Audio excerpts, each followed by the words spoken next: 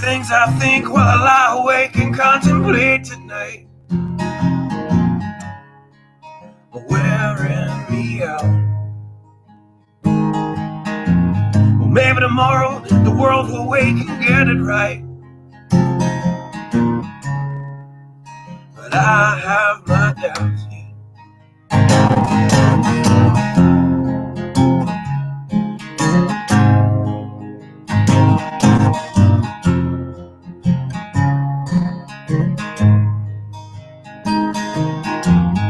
During the day, well, I design machines of war that scream through the sky. 'Cause I, for one, I like to go to bed free at night under these stars and stripes. And I have my doubt that we're coming out. Yes, I have my doubts, and I have my doubt that we'll make it back out. Yes, I have my doubt. But I'll wind you up and pull the cord until you're spun right out. And I don't understand.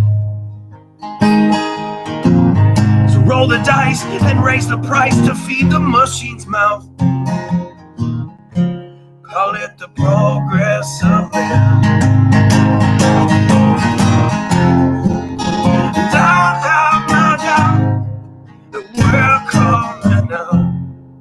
Yes, I have my doubt. And I have my doubt that we'll make it back out. I have my doubts. So I'll drink my stuff and raise some hell and shoot my guns to the end of my time.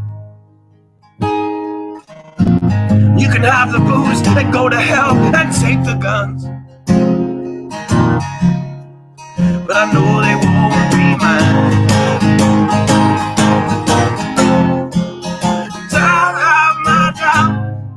That we're coming out. Yes, I have my doubts. And I have my doubts that we'll make it back up. Yes, I have my doubts. So we're all messed up and out of touch. Let's text someone who's in the other room.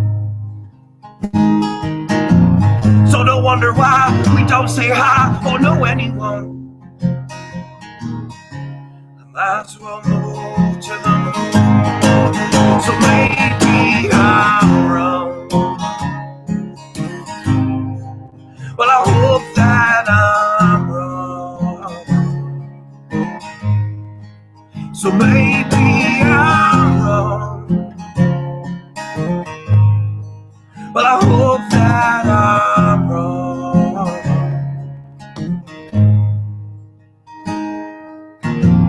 Well, the things I think while I lie awake and contemplate at night are wearing me out.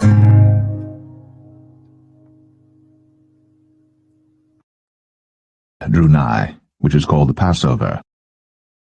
Luke 22. Now the feast of unleavened bread drew nigh, which is called the Passover.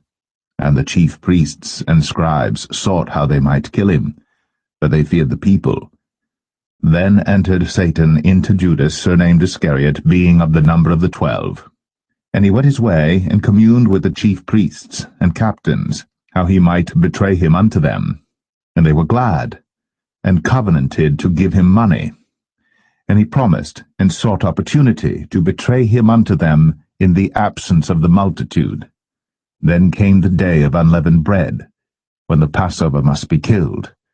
And he sent Peter and John, saying, Go and prepare us the Passover, that we may eat. And they said unto him, Where wilt thou that we prepare? And he said unto them, Behold, when you are entered into the city, there shall a man meet you, bearing a pitcher of water. Follow him into the house where he entereth in. And ye shall say unto the good man of the house, The master saith unto thee, Where is the guest chamber, where I shall eat the Passover with my disciples? And he shall show you a large upper room furnished. There make ready. And they went, and found as he had said unto them. And they made ready the Passover. And when the hour was come, he sat down, and the 12 apostles with him. And he said unto them, With desire I have desired to eat this Passover with you before I suffer. But I say unto you, I will not any more eat thereof until it be fulfilled in the kingdom of God. And he took the cup, and gave thanks, and said, Take this, and divide it among yourselves. But I say unto you, I will not drink of the fruit of the vine, until the kingdom of God shall come. And he took bread, and gave thanks, and brake it, and gave unto them, saying, This is my body, which is given for you. This do in remembrance of me. Likewise also the cup after supper, saying, This cup is the New Testament in my blood, which is shed for you. But behold, the hand of him that betrayeth me is with me on the table. And truly, the Son of Man goeth as it was determined, but woe unto that man by whom he is betrayed. And they began to inquire among themselves which of them it was that should do this thing. And there was also strife among them, which of them should be accounted the greatest. And he said unto them, The kings of the Gentiles exercise lordship over them, and they that exercise authority upon them are called benefactors. But ye shall not be so. But he that is greatest among you, let him be as the younger, and he that is chief, as he that doth serve. But whether is greater, he that sitteth at meat, or he that serveth? Is not he that sitteth at meat? But I am among you as he that serveth. Ye are they which have continued with me in my temptations, and I appoint unto you a kingdom, as my Father hath appointed unto me, that ye may eat and drink at my table in my kingdom, and sit on thrones judging the 12 tribes of Israel. And the Lord said, Simon, Simon, behold, Satan hath desired to have you, that he may sift you as wheat. But I have prayed for thee, that thy faith fail not, and when thou art converted, strengthen thy brethren. And he said unto him, Lord, I am ready to go with thee, both into prison and to death. And he said, I tell thee, Peter, the cock shall not crow this day, before that thou shalt thrice deny that thou knowest me. And he said unto them, When I sent you without purse and scrip and shoes, lacked ye anything? And they said, Nothing. Then said he unto them, But now he that hath a purse, let him take it, and likewise his scrip. And he that hath no sword, let him sell his garment and buy one. For I say unto you, that this that is written must yet be accomplished in me. And he was reckoned among the transgressors, for the things concerning me have an end. And they said, Lord, behold, here are 2 swords. And he said unto them, It is enough. And he came out and went as he was wont, the Mount of Olives. And his disciples also followed him. And when he was at the place, he said unto them, Pray that ye enter not into temptation. He was withdrawn from them about a stone's cast, and kneeled down and prayed, saying, Father, if thou be willing, remove this cup from me. Nevertheless, not my will, but thine be done. And there appeared an angel unto him from heaven, strengthening him. And being in an agony, he prayed more earnestly. and his sweat was as it were great drops of blood falling down to the ground. And when he rose up from prayer, and was come to his disciples, he found them sleeping for sorrow, and said unto them, Why sleep ye? Rise and pray, lest ye enter into temptation.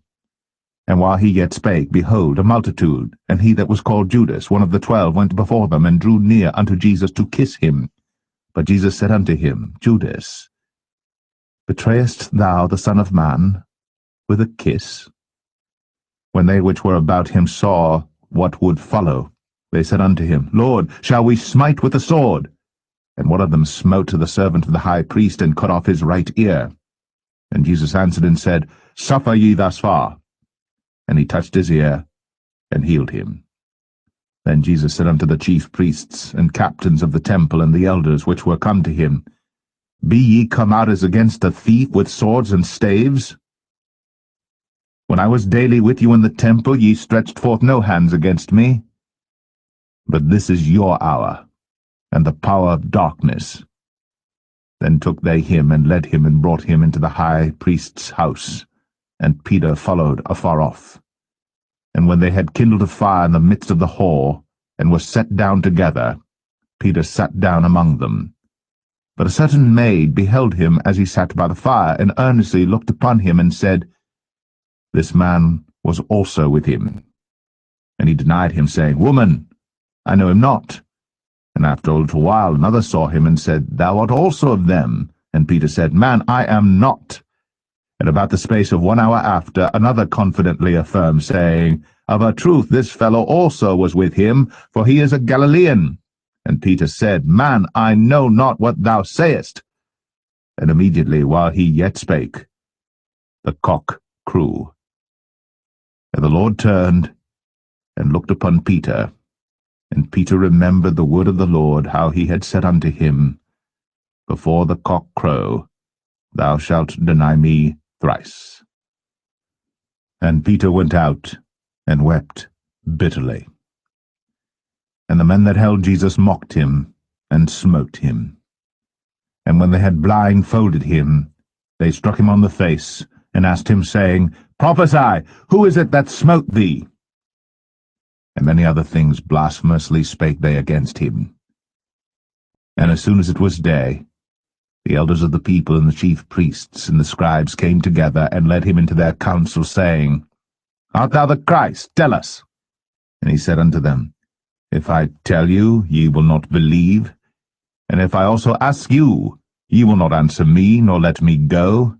Hereafter shall the Son of Man sit on the right hand of the power of God. Then said they all, Art thou then the Son of God? And he said unto them, Ye say that I am. And they said, What need we any further witness? For we ourselves have heard of his own mouth. Good morning. It's September 24th, 2015. This is the Watchman News, and your host, Mike Callahan. Probably not going to be able to speak very well. No, I'm on my first cup of coffee. You're hearing all kinds of blings. It's the way my morning goes. Kind of a long Bible chapter today. What I was after was several different aspects in that chapter. Wow, it says a lot. It really does. If you look down deep into it, it explains a lot. What we should be doing to prepare and whatnot. We need to be ready. No, nothing happened yesterday. I really did not expect an asteroid to hit the Earth or anything like that. We're always got something that's going to happen. And I pretty much, I try to discern between a lot of it, because we do have some real worries, some real concerns ahead of us.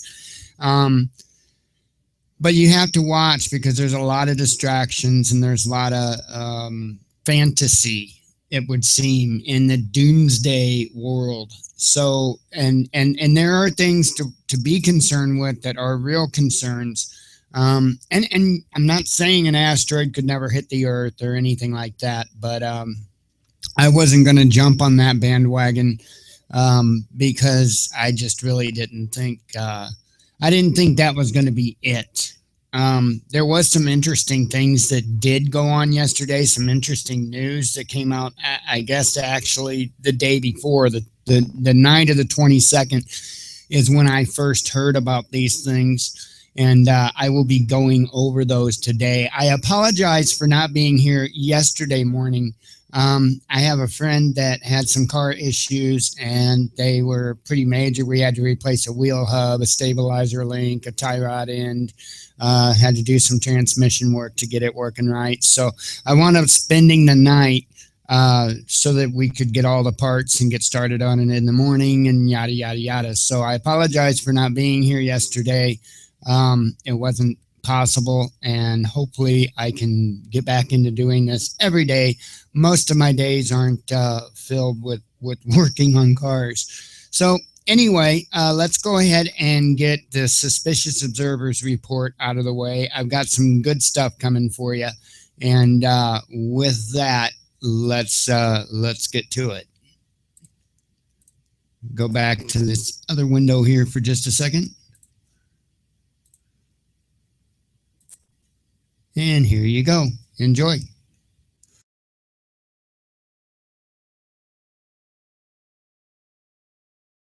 Good morning, folks. We begin with the incoming solar tornadoes. They are not there anymore. Last night, they lifted and ripped away from the corona. The CME is tight and moving at a pretty good clip, but none of it is Earth-directed at all. A few hours after that eruption, a smaller pop triggered a north-moving solar tsunami away from the active region just ahead of where the filament released. Analyzing that sunspot and others will be tough with NASA's SDO webpage out of service right now, but we can use the old black and white magnetogram to determine that there must be magnetic mixing in the middle where black and white are interacting. However, the larger sunspot group to the north is another story. This one covers a wide area, but has little to no magnetic mixing. You can see that black and white are well separated, only butting up against the gray, but for a tiny spot in the lead group.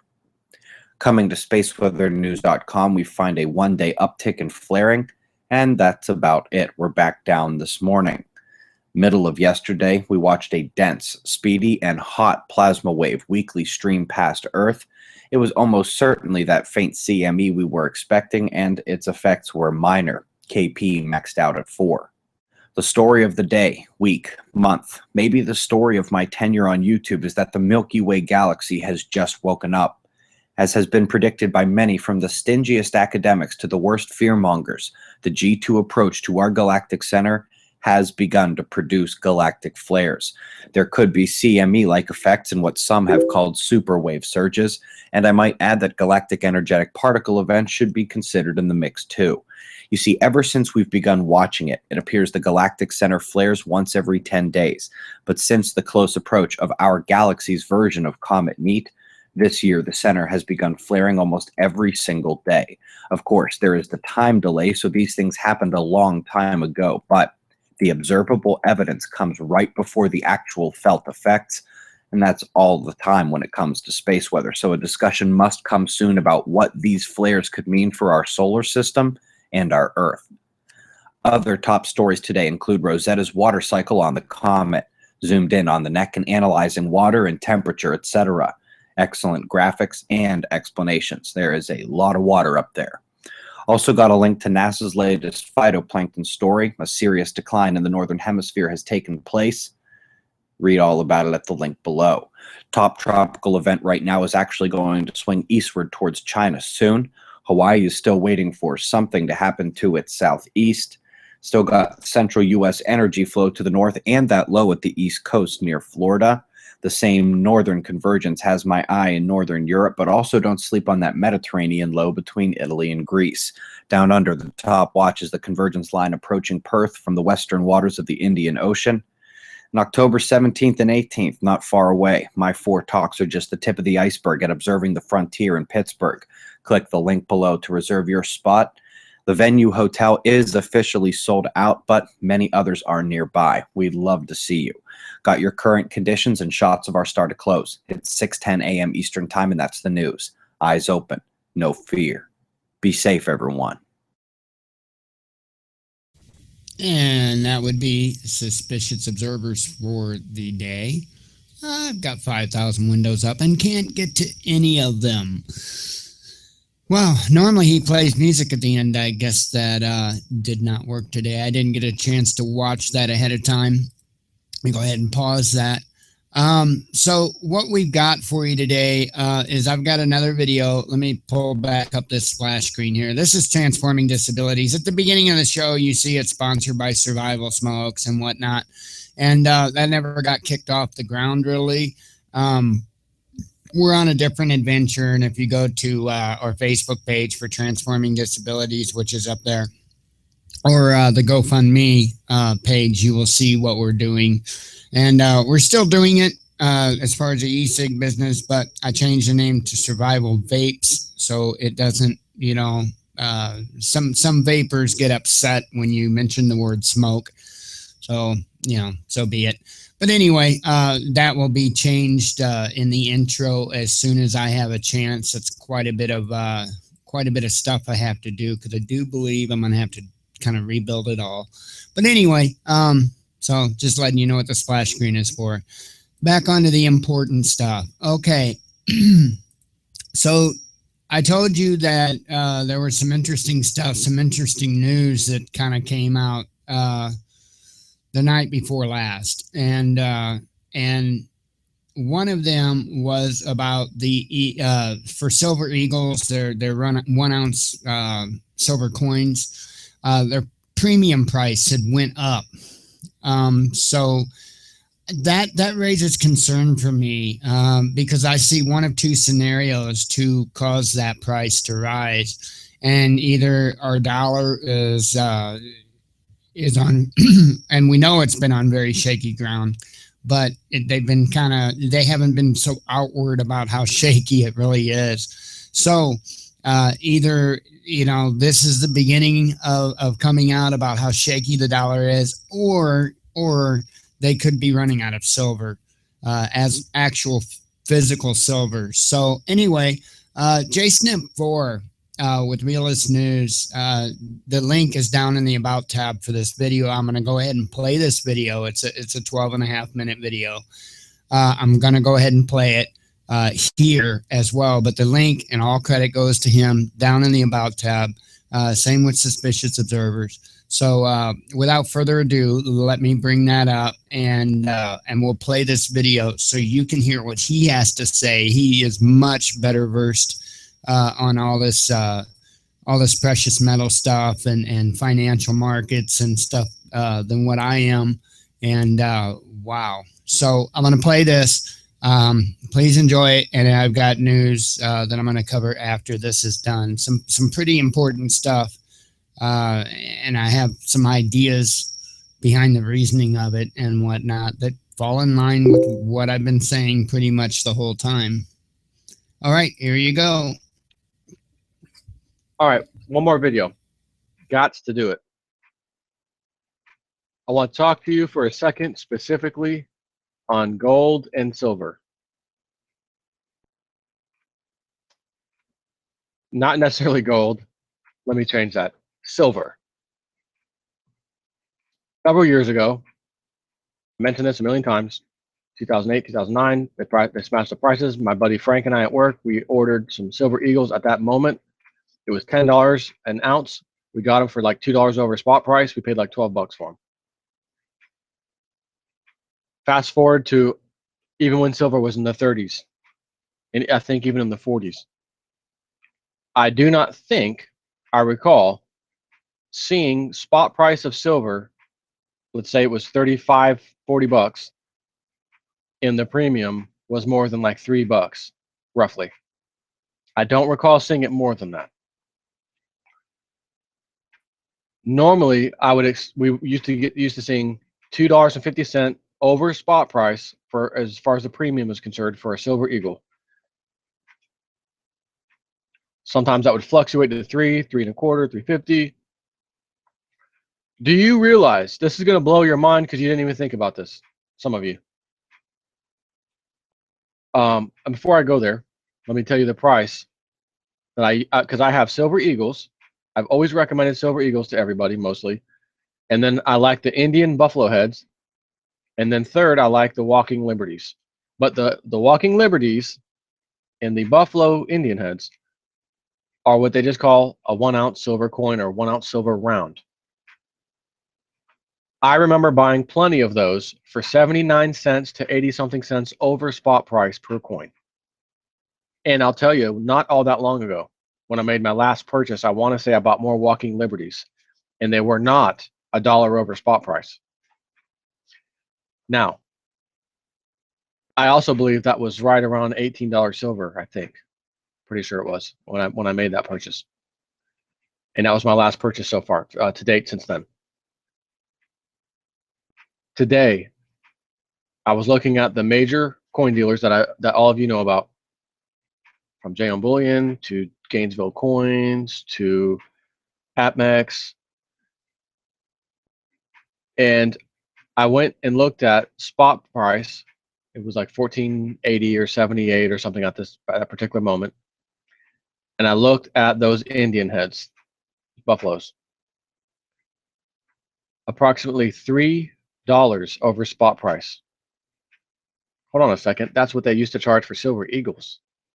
They're now charging that $3 over spot price for a premium on $14 something silver. Then I clicked on American Silver Eagle. Same price, same spot price, $14.78 or whatever it was cents at that moment. $21. What is this? Some special year edition? What is it? No, it's a 2015. How about a 2010 or 5? Oh my God, $28, $29. What the? What? What am I looking at? I'm going to go with the smallest price, the $21 Silver Eagle of the year of 2015. $14. I know there's some change in there. 14, 15, 16, 17, 18, 19, 20, 21 for those of us who cannot count. That's $7. What is half of $14 silver? $7. Half means 50%. Are you telling me, is what you're going to say right now, that silver premiums, the actual price I have to pay to get it above spot price, is 50% of the actual price that the market says? I'm paying 50% in a premium? Are you kidding me? I'm not kidding you. I looked today. Today I looked. $21 price tag for Silver Eagles. And if you pick different years, they were even higher. 50% higher spot price. And I went to lunch today with my buddy Frank, like I pretty much always do. I said, Frank, remind me at lunch to tell you about the Silver Eagles. So we get down there, we're sitting down, and I tell him, Frank, you remember when we got our Silver Eagles for $10? Yes, man, that was so nice. Yeah, I know. We paid like $2 or something like that over spot. Yeah. So do you remember how many times we've had this conversation a few times where I told you, and I know I've said this on YouTube too. It's been a long time, but I know I've said this. And I told him, I said, you remember when I told you the reason I always would, when you would ask me, oh, my dad wants some silver, I always told you to have him get Silver Eagles. If he doesn't want them for some reason, or they don't have them, then go ahead and get your Buffaloes or Walking Liberty or something else. But I would recommend the Eagles. U.S. Mint, they have a very good premium usually. And I said, Frank, imagine the day. Just picture this. I said, because if we see some premium hikes in Silver Eagles, which always have the highest hikes, premiums, not necessarily hikes, but the highest premiums above spot price to get them.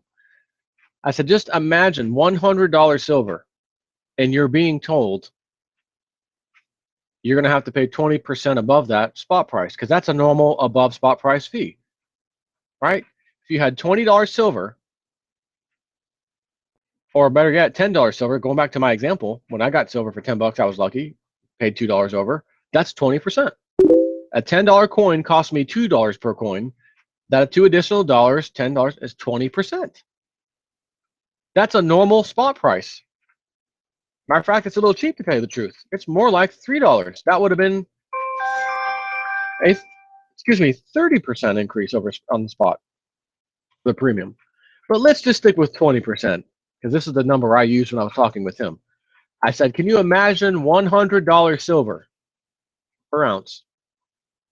And then you look on wherever, and the premium for a silver eagle is $20.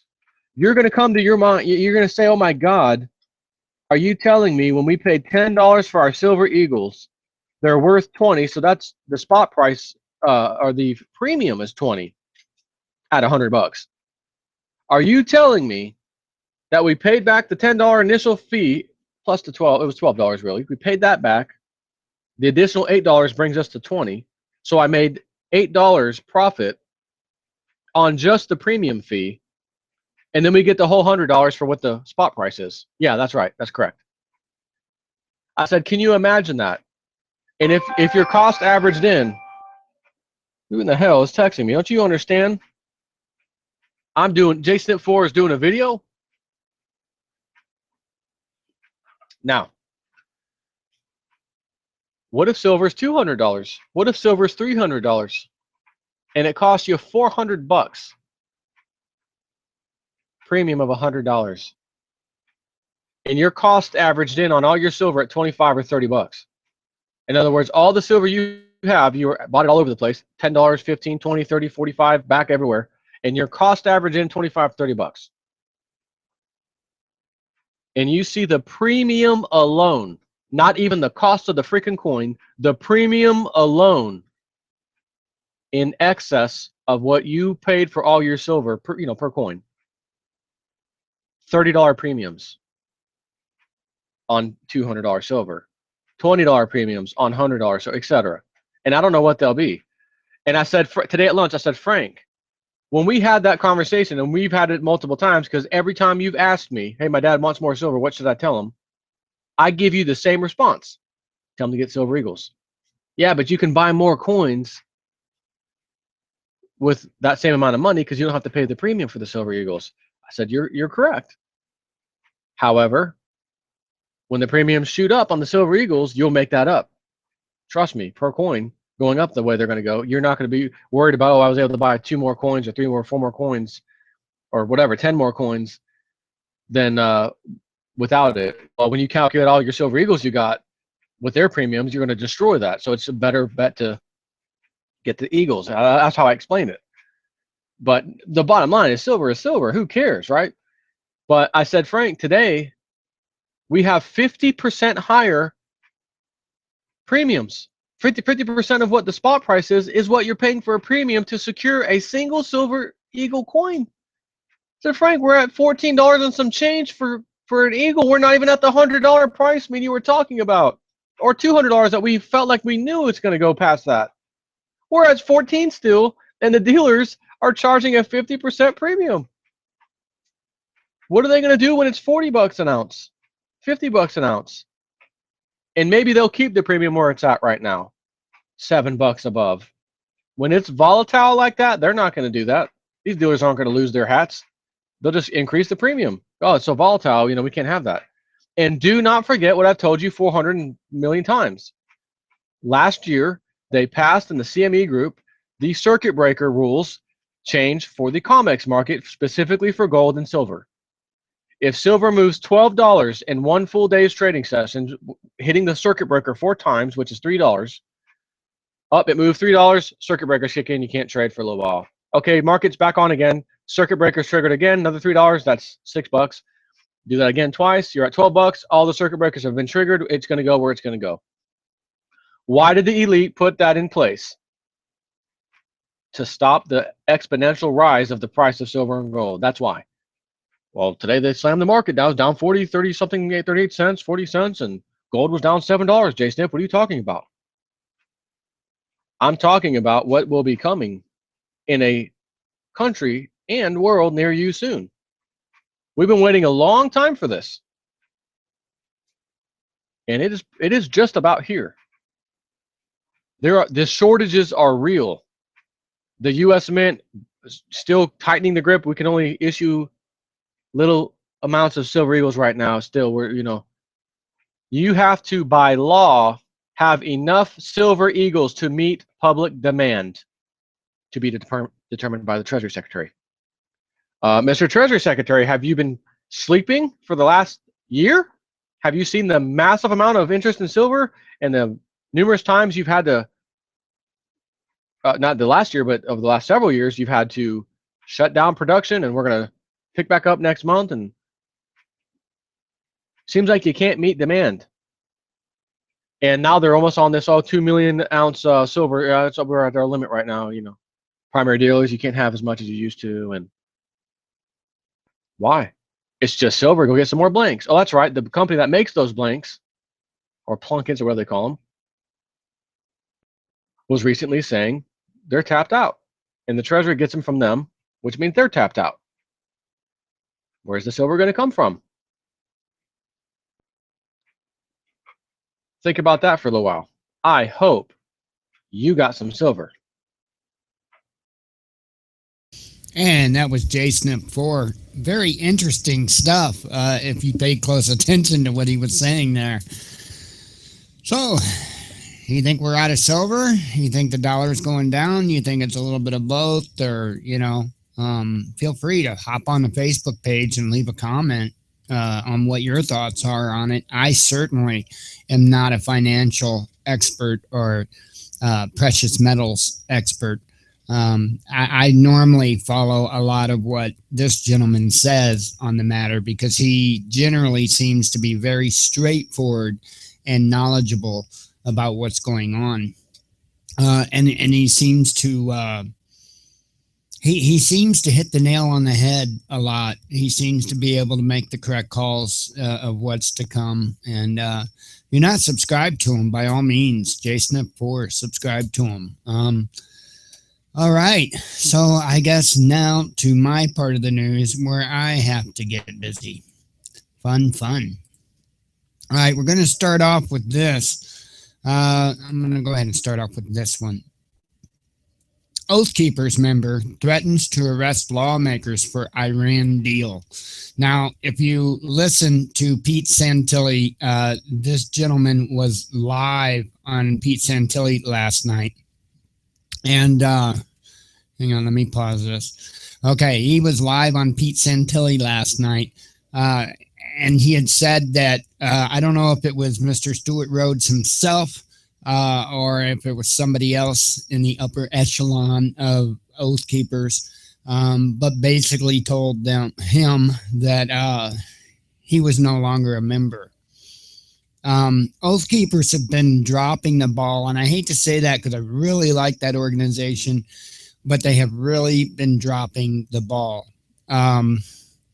Wow. There was a deal in Ferguson to where they were going to stage an armed protest, and it was going to be like an open carry thing.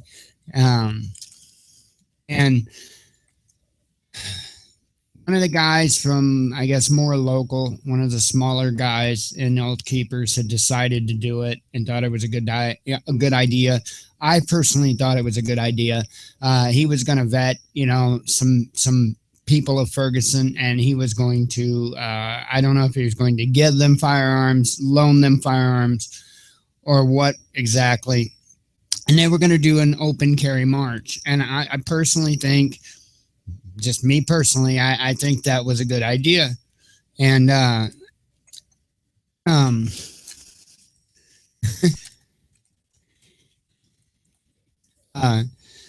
anyway, so what happened was, again, the upper echelon of Oath Keepers more or less just shunned this guy and said they wouldn't be a part of it. Why? I thought they were Oath Keepers. See, I've seen a lot of people when that was going on in Ferguson. I've seen a lot of people, oh, no, you can't arm them. You can't arm them. Oh, there's going to be rioting and looting and fires and, lions, tigers, bears, oh my. No, either you support the Constitution or you don't. Either you're racist or you're not. If you're racist, be upfront about it. I have more respect for somebody that's upfront about something than somebody that just hides in their closet and makes comments, or hides behind their keyboards and make comments, or, If you're going to be something, be something. You know, and that goes for everything. You know, I myself, I do my best to be a servant of God, and I'm not going to deny that. Like, unlike Peter, I'm not going to deny that. You know, I'm not going to sit there and say that I don't sin or that I don't do the wrong things or that I don't, you know. No, I'm going to be who I am. I catch a lot of flack. I get a lot of persecution for being who I am and speaking what I feel. I'm not one to be nice to somebody's face and then turn around and speak behind their back. You know, people can be rest assured with me if I say something to their face, you know, they're getting it. They're getting the whole, you know. I don't know. There's I didn't mean to go off on a tangent with that. You know, it's one of those things that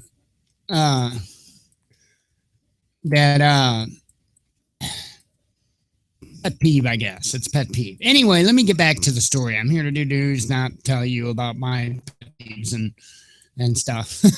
Sometimes I get on tangents like that. Okay, so Oath Keepers member threatens to arrest lawmakers for Iran deal. Now, I think we should say that he's a militia member, but at this point, I don't believe he's any longer an Oath Keeper. Pete Santilli actually tore up his Oath Keeper's card last night, live on the air. A man identifying himself as an Oath Keeper and an American patriot who has everything to lose threatened to arrest lawmakers who support the Iran nuclear deal, beginning with Senator Debbie Stabenow, a Michigan Democrat. Capitol Police are now investigating an open letter written by John Ritzheimer, an Arizona resident who attracted FBI attention when he organized an anti-Muslim protest rally and a Draw Muhammad cartoon contest at a Phoenix mosque in May. Mr. Ritzheimer wrote that he and an armed militia plan to arrest Miss Stabenow, for treason. We're planning on arresting Senator Debbie Stabenow, who voted yes to the Iran nuke deal. She will be arrested for treason under Article 3, Section 3 of the Constitution, Mr. Ritzheimer wrote. Roll call reported. We have chosen her as our first target due to our strong ties with the Michigan State Militia and their lax gun laws that will allow us to operate in a manner necessary for an operation like this, the letter continues. Mr. Ritzheimer, a former Marine, wrote that after successfully detaining Miss Stabenow, he and his militia will continue to move across the country and arrest everyone involved with the Iran nuke deal, including President Obama, roll call reported. He is also seeking donations for his mission. In an email to the Washington Times, Jason Van Tattenhove, media director for the Oath Keepers, stressed that Mr. Ritzheimer is merely a new member of the Oath Keepers, having newly joined in July, and holds no leadership role in the organization. He has now been suspended for his actions, and we are in the process of following our bylaws to kick him out entirely. We in no way condone his actions and are in the process of putting out statements to our membership to inform them of such. Mr. Van Tattenhove, something like that, said. An aide for Ms. Stabenow declined to comment, citing office policy not to comment on security matters. Hear that? Security matters. Captain Kimberly Schneider told Roll Call in an email that the U.S. Capitol Police are aware and working with local law enforcement in Michigan on the matter. But Mr. Ritzheimer said he already notified law enforcement about his intentions and plans to cooperate with them and try to keep this as smooth as possible so we don't have another shot heard around the world situation on our hands, Roll Call reported.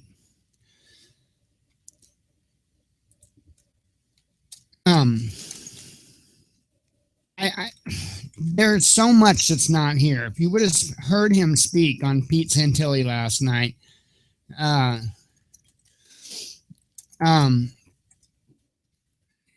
he's trying to get an indictment. I hate to have dead air time here, trying to gather my thoughts, but he's trying to get an indictment. He's trying to go through the proper legal channels to do this. He's not just going to rush in, guns blazing, and try to arrest this woman. He's trying to go through the legal process to do it the way it's supposed to be done. He is actually trying to get an indictment, but I've not seen that reported anywhere that he was actually going through the proper channels to achieve this.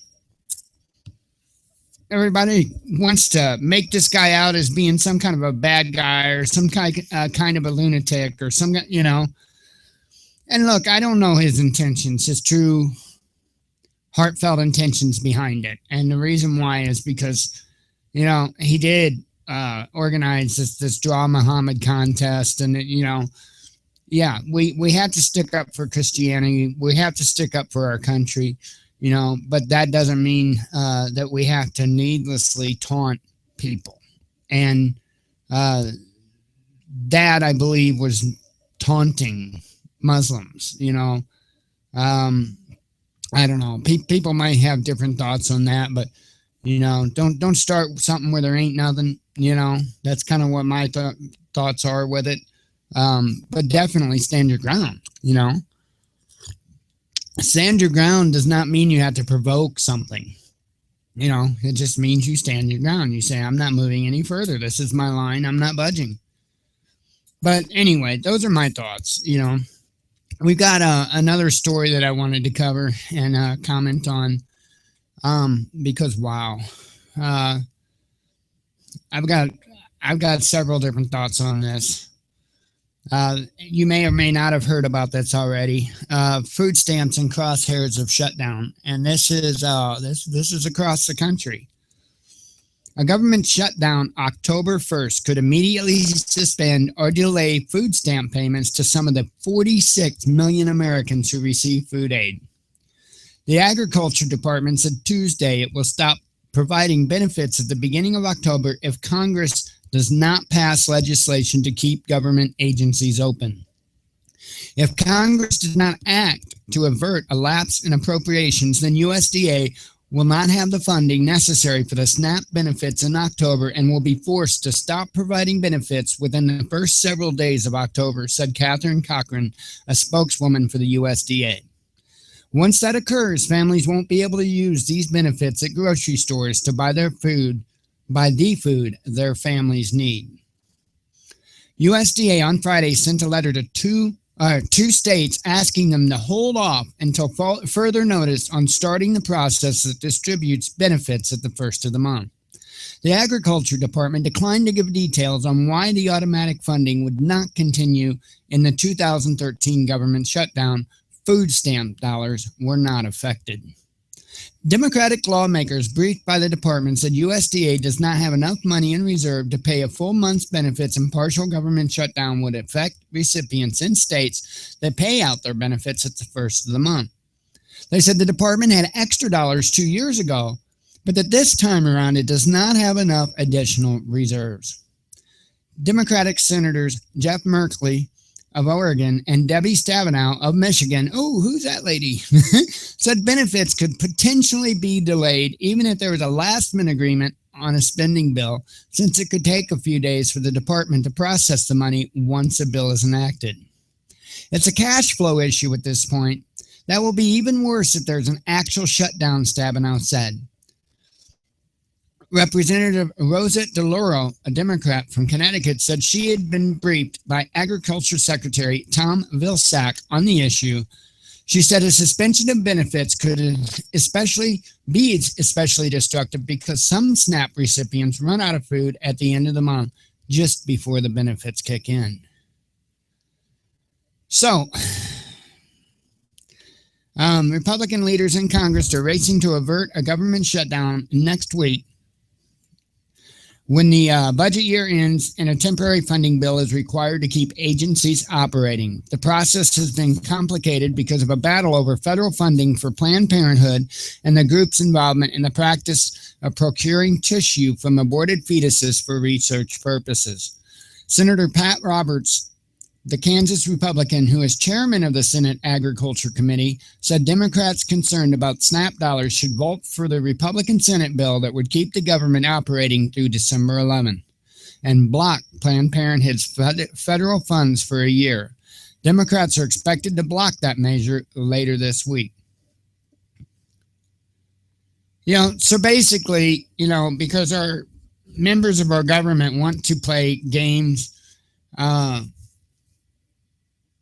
back and forth with each other, they're going to make the people that need help suffer. And I know there's a lot of people that really look down their nose on those that receive help with food, and I understand that. Some of them need to have their nose looked down at, but there's a lot of them that don't. And I try to remind people, even if you have something against what the parents are doing or not doing, the children are the ones that suffer. It's easy to be able to provide for your own children and not care about somebody else's children that could be starving. We have lived in too much luxury, so to speak, in this country. People, they stopped caring. They just simply stopped caring. Look, I know that there's agendas behind this. And I mean, look, we got 46 million people receiving food benefits. Not all those people are just lazy and don't want to do anything. Or a good part of them are veterans that risk their lives.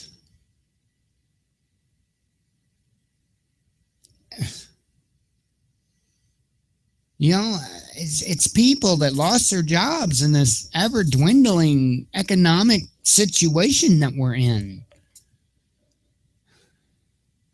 Yeah, I know there's people that's, generational, that's what they view for, their life, and that others to provide, their life for them. And I get that.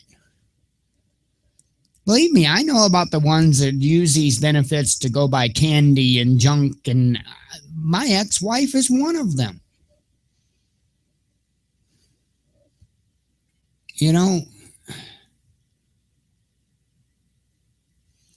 I have to ask if there's an agenda behind this. I have to ask if this is meant to cause an uprising. Can you imagine 46 million people all of a sudden no access to food? There's 300 and some odd million in this country. So let's say a seventh of the people, a seventh to an eighth of the people.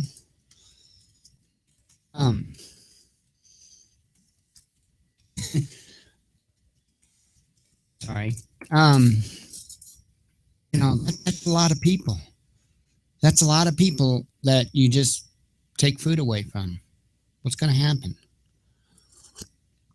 What's going to happen? A couple years ago or so, the EBT cards quit working. And they just quit working for, it's like a couple hours or something. The EBT cards went down. And they had people literally flipping out in different stores around the country. There were several states affected, but, there was people that were just going in the stores and filling up their carts and not paying for nothing. There was fighting there. And we're talking a few hours.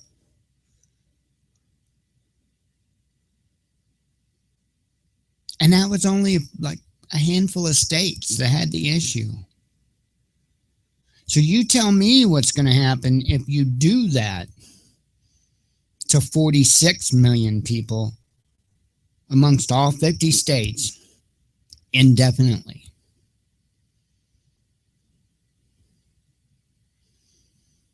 So we'll see. It could just be a threat. It could just be, their games again. They pulled this stuff before. When are we going to demand that they get their salaries cut? When are we going to demand that they get their programs cut? Their programs, the ones that benefit them. When are we going to demand that? They always take from the people. Always. Never see them take from themselves. And don't be fooled whenever you see a congressperson say that, oh well, because our budget's in such turmoil, I'm not going to accept a salary this year. That's nothing. That salary compared to what they get in kickbacks from companies that, their buddies that they help out, that salary is nothing. That salary is nothing. They aren't doing without. And chances are very high that they're going to use that to their advantage come tax time, right? And we already know they use it for an emotional or political advantage come election time. Oh, well, I didn't accept a salary, but what they're not going to tell you is how much money they made off of not accepting that salary. It's all a game, folks. It's all a game. And, those that don't educate themselves on the matters are completely fooled. That's knowledge is power. Knowledge is everything. So, look, I'm rambling on. That's the news that I have for you. I've been here almost an hour. Hopefully today I can gather more news up together throughout today for tomorrow morning's news. I will be here. I don't believe anything's going to pop up out of the blue. When a friend's in need, I will go help. And that's just the way it is. That's what we're supposed to do. So, again, I apologize for not being here yesterday. And let's set our goals to be here tomorrow in the morning. Hopefully I'll be a little better prepared, a little more news, and who knows, maybe I can have some good news or something in there. So, all right, well, I will talk to you all tomorrow. May God bless you all. Have a wonderful day. Always be one with your spirit, and I will talk to you soon.